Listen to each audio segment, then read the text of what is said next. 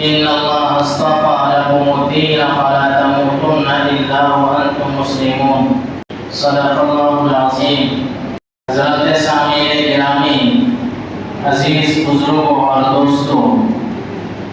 اللہ رب العزت نے قرآن کریم کے اندر جن اولو العزم پیغمبروں کا ذکر کیا ہے ان میں ایک بڑی شخصیت حضرت یعقوب علیہ السلام کی ہے۔ حضرت یعقوب علیہ السلام وہ پیغمبر ہیں جن کے والد بھی پیغمبر ہے یعنی نبی ہے۔ ان کے والد کا نام حضرت اسحاق علیہ السلام ہے۔ مصر اور عراق کے خطے میں انہی کی اولاد بسی ہوئی تھی۔ حضرت یعقوب علیہ السلام کا ایک نام اسرائیل بھی ہے اور انہی کی طرف منسوب کر کے بنی اسرائیل کہا جاتا ہے، یعنی بنی اسرائیل انہی کی نسل سے ہے۔ حضرت یعقوب علیہ السلام کے چچا حضرت اسماعیل علیہ السلام بھی ایک بڑے پیغمبر اور نبی تھے جن کو ان کے والد حضرت ابراہیم علیہ السلام نے خدا کی رضا کے لیے، اللہ تعالیٰ کو خوش کرنے کے لیے اور اللہ تعالیٰ کے احکام پر اپنے مر مٹنے کا جذبہ ظاہر کرنے کے لیے قربان کر دیا تھا۔ اور حضرت یعقوب علیہ السلام کے دادا ابو الانبیاء حضرت ابراہیم علیہ السلام وہ نبی ہیں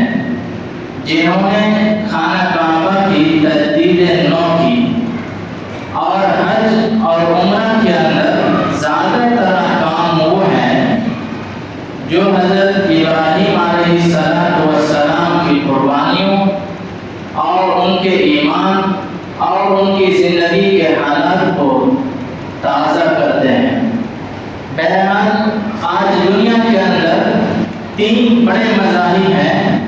اور وہ تینوں کے تینوں حضرت ابراہیم علیہ السلام کی عظمت پر متفق ہیں: عیسائیت، یہودیت اور اسلام۔ جو بھی توحید سے اپنا رشتہ جوڑتا ہے وہ سب کے سب حضرت ابراہیم علیہ السلام کی عظمت کو مانتے ہیں اور اس بات کے قائل ہے کہ وہ ایک اللہ کے اولو العزم پیغمبر تھے۔ حضرت یعقوب علیہ السلام کے بیٹے حضرت یوسف علیہ السلام بھی ایک پیغمبر ہیں جن کے نام سے اللہ تعالیٰ نے قرآن کریم کے اندر ایک مکمل سورت نازل کی ہے اور جس کو احسن القصص کہا ہے، یعنی سب سے بہترین قصہ۔ حضرت یوسف علیہ السلام کی پوری زندگی کو اس سورت کے اندر بیان کر دیا گیا ہے۔ بہرحال قرآن کریم کے اندر مختلف جگہوں پر حضرت یعقوب علیہ السلام کا ذکر 16 مرتبہ آیا ہے۔ کتنی مرتبہ آیا ہے؟ 16 مرتبہ آیا ہے۔ آپ اندازہ لگائیے کہ ایک ایسا نبی جس کے چچا بھی پیغمبر ہیں، باپ بھی پیغمبر ہیں اور دادا بھی پیغمبر ہیں، بیٹا بھی پیغمبر ہے اور خود بھی نبی ہیں۔ آپ اندازہ لگائیے کہ اس گھرانے اور اس خاندان پر کتنی خشیت الہی اور دینداری کی فضا رہی ہوگی۔ اس کے باوجود نہ بھی حضرت ابراہیم علیہ السلام کی قربانیوں کو ذکر کرنا ہے، نہ حضرت اسماعیل علیہ السلام کی عیسیٰ اور قربانی کو بتانا ہے، اور نہ ہی حضرت اسحاق علیہ السلام کی زندگی پر روشنی ڈالنی ہے، اور نہ ہی حضرت یوسف علیہ السلام کی داستان زندگی آپ کو سنانا ہے۔ جو میں آپ کو بتانا چاہ رہا ہوں اور جس کی طرف قرآن کریم نے توجہ دلائی ہے وہ یہ بات ہے ان اللہ اصطفیٰ لکم الدین فلا تموتن الا وانتم مسلمون۔ تو حضرت یعقوب علیہ السلام ایسے خاندان سے ہونے کے باوجود جس خاندان کے افراد سے کوئی آدمی یہ توقع نہیں کر سکتا ہے، کوئی یہ اندیشہ نہیں کر سکتا ہے کہ اس خاندان کے کسی ایک افراد سے گناہ بھی ہو جائے، اور شرک اور کفر تو بہت دور کی بات ہے، لیکن جب حضرت یعقوب علیہ السلام اس دنیا سے جانے لگے، انہوں نے اپنے اولادوں کو جمع کر کے ایک سوال کیا، ما تعبدون من بعدی، تم میرے بعد کس کی عبادت کرو گے؟ تم میرے بعد کس کو اپنا معبود بناؤ گے؟ کس کی پرستش کرو گے اور کس کے سامنے اپنا سر جھکاؤ گے؟ بیٹوں نے، صاحبزادوں نے جواب دیا، نعبد الہک و الہ آبائک ابراہیم و اسماعیل و اسحاق الہ واحدا، ہم آپ ہی کے دین پر قائم رہیں گے،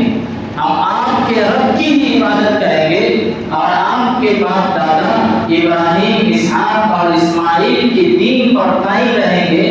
انہی کے معبود کو اپنا معبود بنائیں گے جو ایک ہی معبود ہے، الہ واحدہ۔ حضرت ابراہیم علیہ السلام خود پیغمبر ہونے کے باوجود جب اس دنیا سے جانے لگے اور ان کے صاحبزادے بھی نبی ہیں، پھر بھی حضرت ابراہیم علیہ السلام نے اپنے بیٹوں سے کہا، ان اللہ اصطفیٰ لکم الدین فلا تموتن الا وانتم مسلمون، اللہ تعالیٰ نے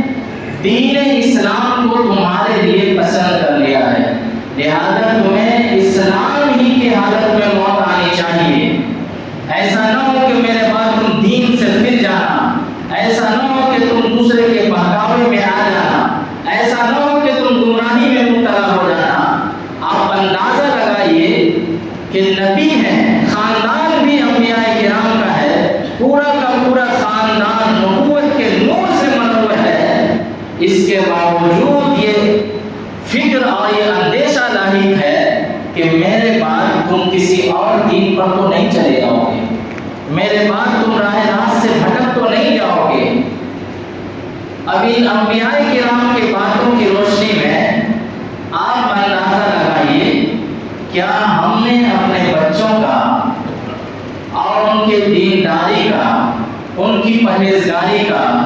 اور ان کی خشیت الہی کا اور اپنے بچوں کے بارے میں دین پر قائم رہنے کا اور دین پر چلنے کے بارے میں ہم کتنے فکر مند ہیں؟ ہمارا تو کوئی ذکر ہی نہیں ہے، وہ نبی ہے، سارا خاندان نبی ہے، اس کے باوجود فکر لاحق ہے، اور ہم نہ تو خود صحیح طور پر مسلمان ہیں،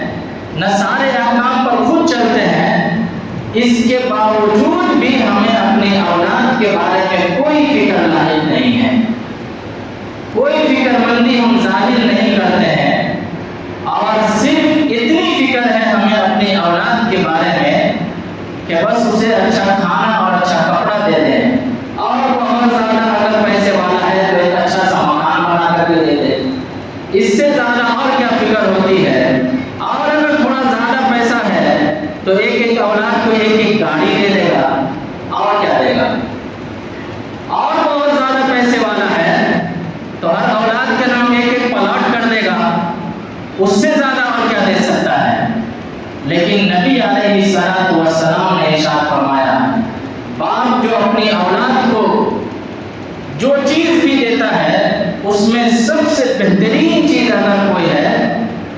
ادب حسن، وہ بہترین تربیت ہے، اعلیٰ اخلاق ہے، اس سے بہترین چیز ایک والد اپنے بچے کو نہیں دے سکتا ہے۔